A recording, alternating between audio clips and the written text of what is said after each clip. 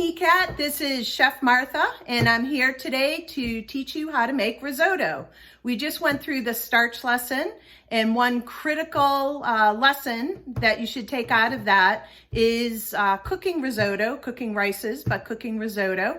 And we're going to learn how to make risotto with a recipe, but if you learn how to make it with a ratio and the method, then you can apply it to different flavors and different types of grains. Today we'll make a traditional Italian risotto. So let's look at the ingredients. So I've gathered my mise en place for our risotto that we'll be making today. I'm starting with a carnaroli rice, and I also have another style of rice just as an example. It's violone nano. Typically, what you'll find in supermarkets in the United States is arborio rice. So here's our rice. And for a risotto, you do not wash your rice. You want to leave it as is because you want all the starch that comes with it to help with the creaminess. I have my shallots. You use onions or shallots to get started, typically. I have, instead of mincing my garlic, I just took the clove and smashed it. Then I'll be starting the shallots and garlic in a combination of extra virgin olive oil and a little butter. Then once all the stock has been added, we will add the butter and the Parmesan cheese. And then we'll finish it with some salt and pepper, lemon juice, and some fresh basil. I'll also use some dry white wine, which is something Italians will mostly use. They'll also use a nice dry vermouth. And on my stove, and all ready and hot and ready to go, is my stock. Okay, let's start with our risotto. We're going to heat the pan, and we're going to add the extra virgin olive oil and butter. And you want to start with a medium to high heat so the onions or the shallots will cook.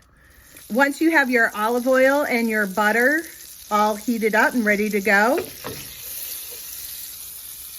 we're going to add our shallots and our clove of garlic.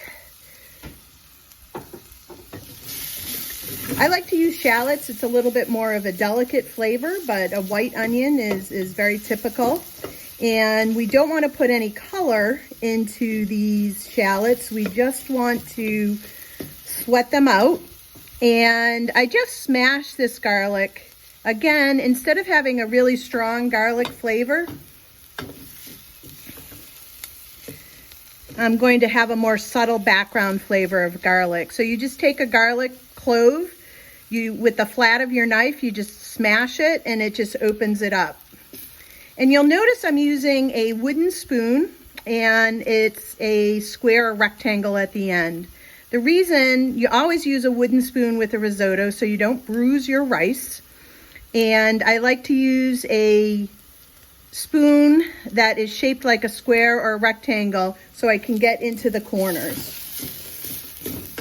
I don't lose anything. With a round spoon, you might lose some ingredients or rice. So that looks good. It's a little hot, so I'm just going to turn it down ever so slightly. And now that I have my aromatics, which are the shallots and the garlic, cooked and bloomed, I'm going to add my rice. At this stage in Italian is called the sofrito, which means fried. A lot of the Latin American countries have sofritos, spelled a little differently, I believe, and they will have different ingredients, but it's the start of a dish, and it usually will have onions, garlic, sometimes peppers. In the Italian risotto, it will always be onions, maybe a little bit of garlic, maybe a spice that can withhold heat. We've moved on to the second stage, and this stage is called the tostatura. So we're toasting the rice. And what you look for is the rice on the outside, it will start to get a little translucent, and that's when you know the rice is ready. You don't want to brown the rice at all. And you're coating the rice with all that very flavorful olive oil and garlic now. So once that stage is done and we're ready to go, so the rice, if you can see it, it just has started to turn translucent on the ends. We're going to add the wine. Just a little bit of wine, and this will add flavor and be absorbed into the rice, and the alcohol will be cooked out. So we'll just let that cook. Again, always be mindful of your flame to make sure that you have the right amount of heat. And so that went in, it was cold, the wine was cold, and that went in. So I'm just gonna turn it up ever so slightly to make sure that absorbs at the right rate. And I have my stock right over here, and I'm bringing that to a simmer, a boil first and then a simmer. So as we slowly add it to our rice, it won't bring the temperature down, and it will continue to cook.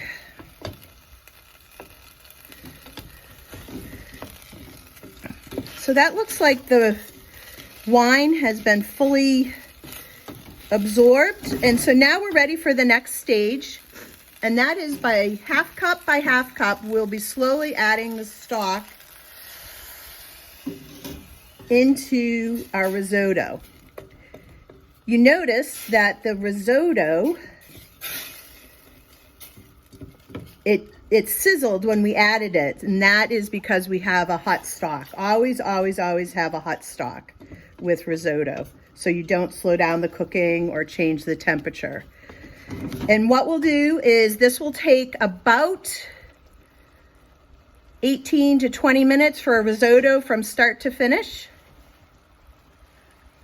And this stage is going to take about 16 to 18 minutes. When you make a risotto, always make sure that that's the only thing you're doing. Making risotto, it's very temperamental, very demanding, and you want to constantly stir it. And the reason you're stirring it is because you're helping the starch release. You can see that half cup has been fully absorbed, and so I'm ready for my next half cup.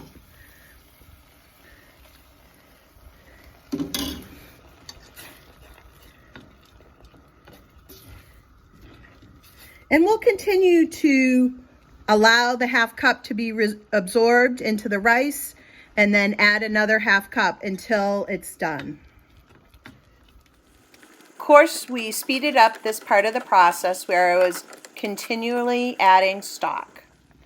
So how do you know when the risotto is done? You've been slowly adding half cups of stock into your rice over a medium heat and stirring it all the while, releasing the starches. I think the best way, particularly when you're just starting out, is just taste it. Have a tasting spoon close by, and so this rice is at a perfect stage. It is firm still, cooked through, also known as al dente, to the tooth. So the next stage, what we're going to do is turn off the heat so there's no fire, and we are going to add our butter,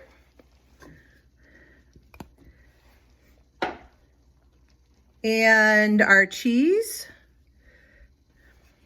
and we're not going to quite stir it yet. What we're going to do is let it rest off the fire, and you're allowing the risotto to absorb the last bits of liquid, and you're letting it contemplate life.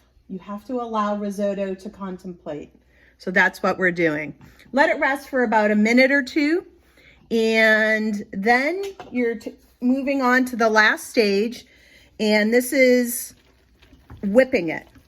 So you're going to incorporate all that lovely butter and Parmesan cheese that you added to it. You're releasing a little bit more starch, and this finishes its creaminess. Risotto was started as probably a rice soup in the Lombardy region, where they actually added fields, and it was a good climate for rice to grow. So we have whipped it all together, and we're going to add the finishing touches, which is the lemon juice. And I saw a seed, so I don't want any of the seeds added. So I'm going to just make sure the seed doesn't, we left them in the bowl. And we're adding our basil. So we chiffonade a bit of basil just to add and finish it. The lemon really adds a nice touch at the end. And we will add a little bit of salt and some pepper, fresh cracked pepper, always. And just to keep in line with when I was in Italy and I would make risotto at a restaurant, we would always add just a teaspoon of a little bit of the wine to give it just that a little more acid and just a fresher cut of flavor through the risotto. So that looks beautiful. We are going to now plate it up, and you always want to leave the rim for the servers. The center of the plate is for the chef. Okay, and we'll just finish a nice garnish with a little bit of basil. Now, the one thing you always have to remember about risotto is you need to be patient. You need to allow the stock to be absorbed as you go. And you really want to make sure that you serve it right away. Risotto waits for no one. You wait for risotto. Thanks so much. Thanks for joining me. See you soon. Bye-bye.